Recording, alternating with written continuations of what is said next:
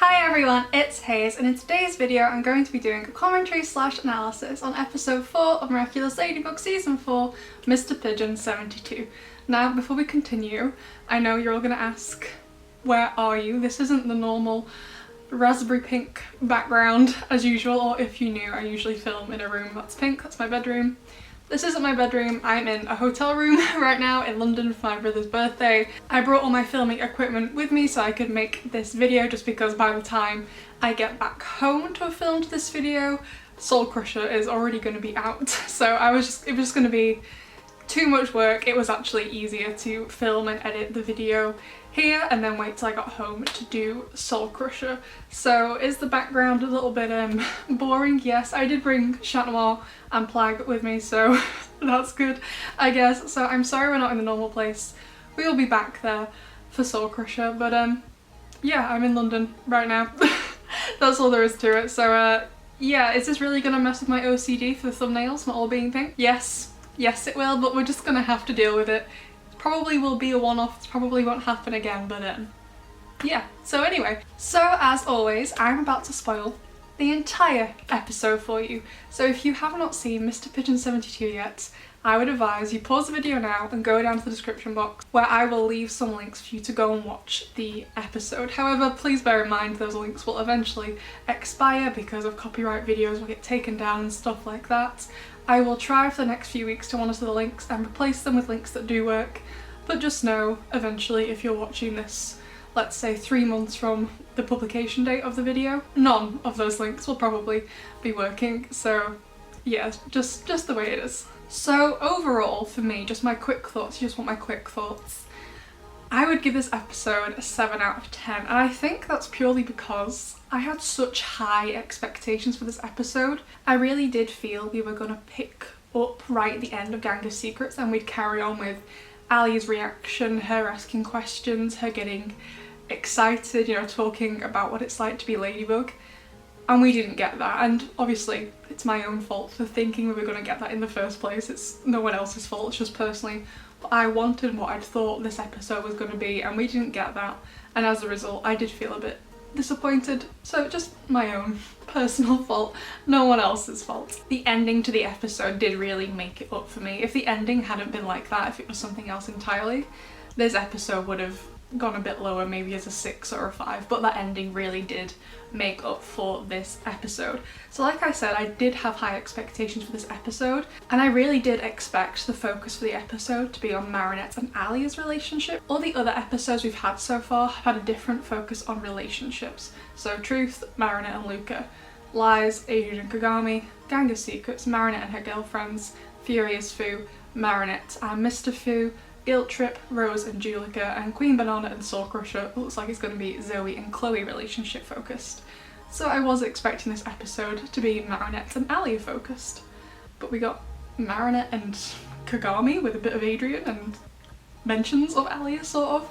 So definitely what I wasn't expecting, and I guess I still feel like we need in the show, I hope they show it in a different episode, more of Alya's reaction. Like I guess I was just expecting her to go all in, asking about the Kwamis, asking about the other pieces of jewellery, asking about Marinette's relationship with Chat Noir, where they keep on being seen being kissed, but then Marinette's like, I don't have any feelings for Chat Noir.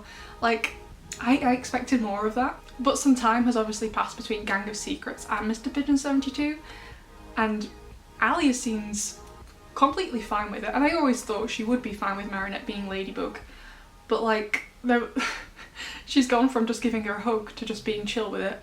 And I do feel in between those two moments, Alya would have got a bit fangirly and hyper and excited about it, and we haven't got to see it. So I just personally, I would absolutely love to see that, maybe in a later episode, I don't know. But yeah, I did feel like maybe the episode was missing that, but again, that might just be because that's just what I was personally expecting from Mr Pigeon 72. I was gearing up for the episode to start with Alya pulling away from the hug and just being amazed with Marinette. That's just what I expected, to be honest. However, speaking of Marinette and Alya's relationship, Alya, even though we didn't get to see that moment from her, she was definitely there for Marinette in this episode. She was helping her, which was great, and telling her that she needed a break, and as a PhD student, You need someone like that in your life to be like, okay, I get your work is important, but you need to step back and take a break.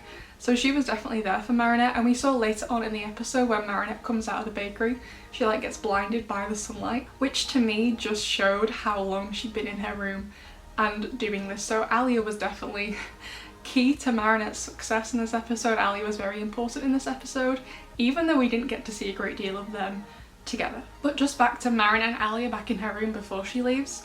When Alya was like, do you know that we've broken up? You didn't even know this. I was so surprised. So like my facial expression matched Alya's and Trix's when Marinette was like, oh no, I didn't know about it. I need to go and console Kagami and help them get back together. And she was like, I'm not in love with him anymore. The lies told in the show. I think that was probably the biggest lie I've ever heard in this show. There are a lot of lies in this show told from the characters for whatever reason. And that was the biggest one I've heard so far. Also, there's no real commentary or analysis on this bit, but when Marinette was leaving the bakery and she gave some of the pastry to Tiki, Tiki's face. So cute. I love Tiki, she's adorable. So now let's talk about Kagami. If you have been here for any length of time, you will know that it is no secret how much I dislike her, especially after what happened in Lies with her hurting Adrien. However, I actually kind of enjoyed this episode more for the addition of Kagami. I didn't really think we'd get to see her so soon, to be honest. I didn't think we'd get to see her until Optigami episode 13, assuming that is her who gets akumatized in that episode. But I do usually find Marinette and Kagami interaction quite funny, to be honest. I thought they were really, really funny because I got some great screenshots of Marinette leaping on Kagami. I thought they were hilarious together. So no, I don't usually like episodes with Kagami. In that much. However, I did actually quite enjoy this episode for Kagami being there, which I never thought I'd say before. Also, just speaking about Kagami and Marinette in particular, Marinette is an infinitely better person than I am, because if I found out that the girl who'd been dating the guy I liked, they'd broken up, I mean, I wouldn't try and sabotage them if they wanted to get back together and try again, but I certainly would not actively go out of my way to help them get back together.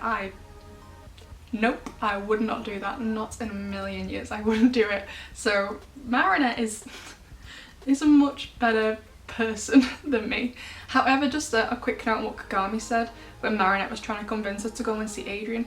She was like, I don't want to see him, I'm still disappointed in him. And we didn't actually get any Adrien and Kagami interaction in this episode. So I would assume episode 13, assume that is the next time we're going to see Kagami after this, because we know she's not in Guilt Trip or Furious Fu, and it doesn't look like she's going to be in Soul Crusher or Queen Banana. I would assume Optigami is probably the first time Kagami does talk to Adrien since the end of Lies, and depending on how their conversation goes, I would assuming it really is Kagami akumatized in that episode, I would assume Kagami gets akumatized as a result of that. So now let's talk about the swimming pool scenes, and first of all, Plag. He was great in this episode and he really deserved it, because all day yesterday he was in my makeup bag and he got thoroughly covered in lipstick because one of them broke, so I had to clean him. But I thought it was super cute with all the cheese and then helping Ladybug. I did say in all my theory videos for this episode that I didn't understand how they were going to know to cast an illusion of Chat Noir when obviously Adrien had been turned into a pigeon, but obviously Plag, always being with Adrien, would come and tell someone, of course. I am obviously just stupid, it turns out. And once again, I am asking to please see Natalie. I miss her so much. I love Natalie, she's one of my favourite characters, and I understand she's in bed recovering from using the broken peacock Miraculous, but I will take a scene of her in bed, like we saw her in bed in the New York special, right? I will take a redo of that scene, and I'm pretty sure, don't try and tell me otherwise, I'm pretty sure she was in Gabriel's bed. I'm just saying, pretty sure it wasn't her bedroom. That's all I have to say, but I will take another scene of her in bed. I am happy as long as I get to see her and know she is okay. I thought the sequence of Adrien diving into the pool multiple times and things going wrong each time, as well as Marinette and Kagami running around, were really funny and well executed, and Marinette was trying her hardest. Like, even though it's quite obvious, and obviously by the end of the episode we know she still does have feelings for Adrien, like, she was trying her best for this relationship. And like I said before, like, she's a better person than me because I wouldn't do that. Not in a million years. So back to Alya in Marinette's bedroom working out the grimoire. She has access to the miracle box. She knows the code, the whatever you want to call it, on top of the I don't know the correct names for the things that hold the thread, like the spools of thread? I'm sorry, I don't know the right words for it, but she knows the code. So if Alya gets akumatized, or not even necessarily akumatized, a bit like in Guilt Trip when she gets turned into like a minion of someone who's been akumatized, that could spell absolute disaster for this. Like, I understand why Marinette told Alya, and obviously this episode showed just how much she needed someone to know to help her out. Whilst I get that 100%, it could spell absolute disaster if something happens to Alya. She needs to be protected at all costs, because not only does she know Marinette's identity, but she also knows the code to get the rest of the Miraculouses. I was kind of hoping, because we saw in other trailers that Alya was Rena Rouge, that Marinette had perhaps given her the necklace before she had left, but that's not the case. I was just like, okay then. I was kind of shocked, not gonna lie. So nothing bad better happened to Alya, essentially. Speaking of Alya, I absolutely loved the way this episode was solved. It was very elaborate with all the Ladybug and Chat Noir illusions. So now let's talk about the charm. I thought the way around it was really cool. I did assume that Marinette and Alya, or maybe just Alya, had made something for Marinette to drink or eat, like with the other power-ups. That's what they do. I just thought it was really cool, like, you're the holder of the creation Miraculous, you can create whatever powers you want. So I thought that was really cool. However, I'm just wondering, I know Chat Noir obviously isn't the Guardian, but can he do something similar, but obviously the opposite, since he's the holder of the Miraculous of destruction? Does he have a similar ability too? It also raises the question of what else Marinette can do with her newfound power, because I guess her newfound power in this sense is that she can create other powers. So what other powers could she create? Could she create other powers for other Miraculous holders? So does that mean that Chat Noir is going to get something from her instead of something from himself, possibly? However, I do think I want a bit more information on the charms maybe in the next episode, because I guess Chat Noir won't see it properly until episode 5. He doesn't question them in episode 6, but maybe in episode 5 we'll get a bit more information on them. Just because, so obviously all the Miraculouses are supposed to be used for good, not used for evil, the way Hawk Daddy is using them. So obviously the charm is just protecting from negative emotions, not from being akumatized or mocketized. So I'd like a bit more information of like what's going to happen when the new Hawk Moth comes in, like how are they going to be able to akumatize people if they've all been given this charm. I'm still a bit unsure on the details. Like I said, I really liked the way the charm was introduced and how Marinette was just able to create the power because of her creation powers. I thought that was really clever. But I'm just still a bit uncertain. Let me know what you think. But I am still a bit uncertain about, I guess, just like the exacts of how it's gonna work, because you can't create something, to my knowledge, to work directly against another Miraculous, because the Miraculouses are meant to be used for good, not for evil. But yeah, I feel like we could have done with a bit more information. Like I said, I thought it was cool that she could create it, but maybe some more information about how exactly it works would have been helpful in my opinion. And then it started raining in the episode, and any time it rains in Miraculous, you know something's about to happen. So in the Origins episode, in the New York special, in this episode, the weather doesn't change that often in Miraculous unless it's something like stormy weather. The weather is sunny and fairly nice all the time, unless it's the Christmas special as well. So when it rains in Miraculous, something special's gonna happen. And something special did happen as soon as that rain started. I very nearly screamed, but I am in a hotel, so I couldn't. So I had to really hold it in. But the ending of this episode is really what saved the episode for me. Like, I thought it was like a good episode, don't get me wrong, but the ending is what was like, okay, a really good episode. So I really liked Marinette and Kagami's interaction in this scene. I thought it was really sweet. I don't feel like we often get to see this side to Kagami a lot. Kagami's writing in the show is very inconsistent depending on whether or not the writers want you to like her in the episode or dislike her in the episode. So this was definitely an episode where you were supposed to like Kagami. Kagami in this episode was very different to the Kagami we saw in Lies and Riposte, for example. This was more like Kagami in Ikarigozen. So I absolutely loved their interaction in this scene. So then Kagami leaves and Adrien comes out. And he remembers the umbrella. He remembers his first day at school. Like, I know that's obviously something really memorable for him because, you know, that was his first day at school, making friends with loads of people for the first time, becoming Chat Noir, seeing Ladybug for the first time as well. However, he didn't accept the umbrella, and maybe I'm just looking too much into this. This is the PhD student in me coming out. But I can't help but feel, so Marinette offered him the umbrella and he was like, no, it's okay. You keep it, I'm gonna get in the car to go home. I can't help but feel that was like a metaphorical sense of he didn't accept the umbrella because, I mean, in my opinion, he does have feelings for Marinette, but he's just not aware of it yet. So he didn't accept it because he hasn't accepted that he has feelings towards Marinette. But I just felt like this whole scene between them confirmed that he does indeed have feelings for Marinette. But it was so cute, like Adrien's face when he looked at Marinette. And I know Marinette started the scene off stuttering and stumbling over her words, but she eventually, you know, she collected herself and she asked him if he wanted to walk home with her. She's done it, ladies and gentlemen. She has done it. She's come so far. It's only taken her 4 seasons to ask him, and like he was literally about to say yes. I swear he was gonna say yes. He was like, oh, but I have Chinese.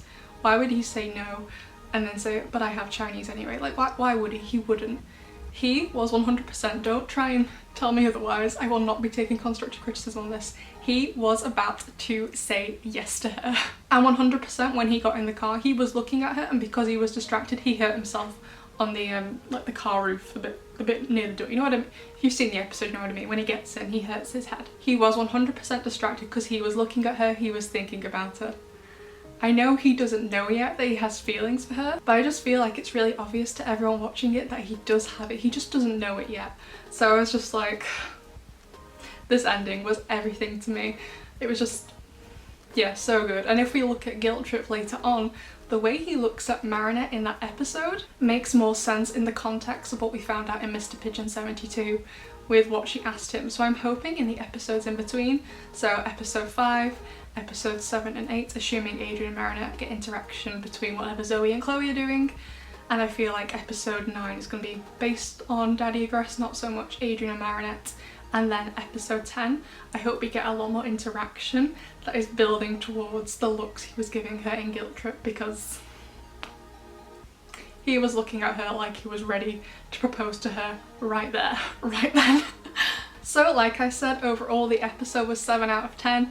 I do love pigeons. I was looking forward to this episode immensely, not just because of the pigeons, but also because I wanted to see Alya's reaction to Marinette being Ladybug, which we didn't get, so I'd set my expectations too high, which was my own fault, no one else's. But the ending of Mr Pigeon 72 really saved this episode for me. So the MVP of the episode, and it had to be, couldn't not be, it was Edgar the Pigeon. Like, he received CPR in the episode. He was the MVP. If you were coming into this video and you didn't think I was going to pick a pigeon for the MVP of the episode, I don't know what else you were expecting. I love pigeons. I'm in London right now. Pigeons everywhere. Yesterday walking around Piccadilly, pigeons, pigeons, pigeons, pigeons.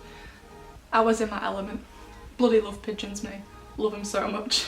However, special mention, never thought I'd say this, special mention for MVP was Kagami. She will probably never get this again. It hasn't changed my opinion on her, not by a long stretch, but I really liked her in this episode actually. And speaking of Kagami, the best line of the episode is actually from her when she gets in the car and she watches Adrien and Marinette. She says, they were made for each other. I'm just like, Kagami out here joining Aeon. Aeon's also one of my favourite characters.